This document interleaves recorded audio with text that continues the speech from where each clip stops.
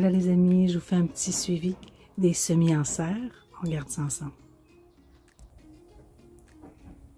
Regardez la belle verdure. C'est-tu pas beau ça?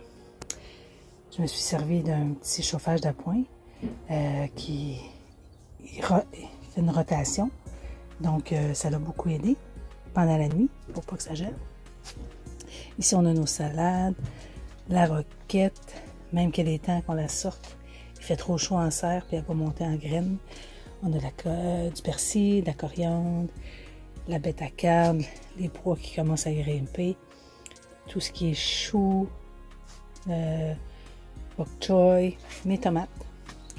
La preuve qu'on peut planter des tomates en serre froide. Ben, serre chaude, c'est pas vrai, j'ai chauffé un peu. Les poivrons commencent à pousser. Ça, c'est la calendule, les fleurs, les radis. Ça, je les ai plantés à la volée là, plus tard. Mais, pour pas que vous pensiez que ça pousse. Donc, ce que je vais faire, je vais en prendre avec une petite pelle. Je vais aller me chercher des petits plantules, un exemple. Je vais en chercher avec mes doigts. Parce que là, il y en a plusieurs. On fait ça de bien déraciner. Et là, on a nos beaux petits plants. Et on va aller planter ça à l'extérieur. On plante un trou, puis on met ça dedans.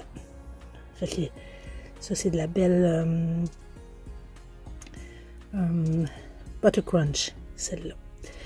Ici, on a de la romaine. Fait que la romaine, je vais aller la planter. Regarde, on voit comment ça s'écraser. Elle manque d'espace. Donc, on va planter ça aujourd'hui. Bon jardinage. Donc là, je me suis fait un petit bac avec un peu d'eau au fond. Et je me prends une motte. Je vais aller chercher des racines. Je prends une motte. Et je vais aller le poser dans mon bac. Donc là, j'ai préparé mon terrain. Où est-ce que je vais planter? Parce que cette salade-là, je la plante tout près de la maison, près de la porte, dans mes plates-bandes de fleurs. Parce que je veux que ça soit proche, puis je trouve que la laitue, tu vois la romaine, la Butter Crunch, elle est jolie, tu sais, elle a un beau vert. Donc, je vais planter la Butter Crunch au bord. Ensuite, je vais planter la romaine. Et au milieu, je vais planter de la bêta-carbe. C'est vrai, je vais planter aussi de la roquette. Donc, Butter Crunch, romaine, la roquette et la bêta-carbe. Donc là, j'ai étendu ma Butter Crunch tout autour. Avec mon instrument, on peut prendre un crayon.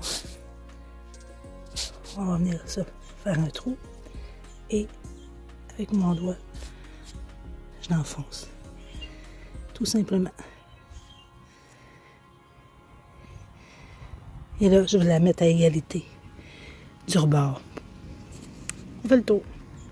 Donc là, j'ai planté tout le tour ma Butter Crunch. Et en quinconce, c'est-à-dire au centre des deux autres, je vais aller mettre ma romaine. Donc là, j'ai fini ma plantation. J'ai arrosé. Pour faire un résumé, première rangée, salade Butter Crunch. Deuxième rangée, une romaine, une roquette, une romaine, une roquette.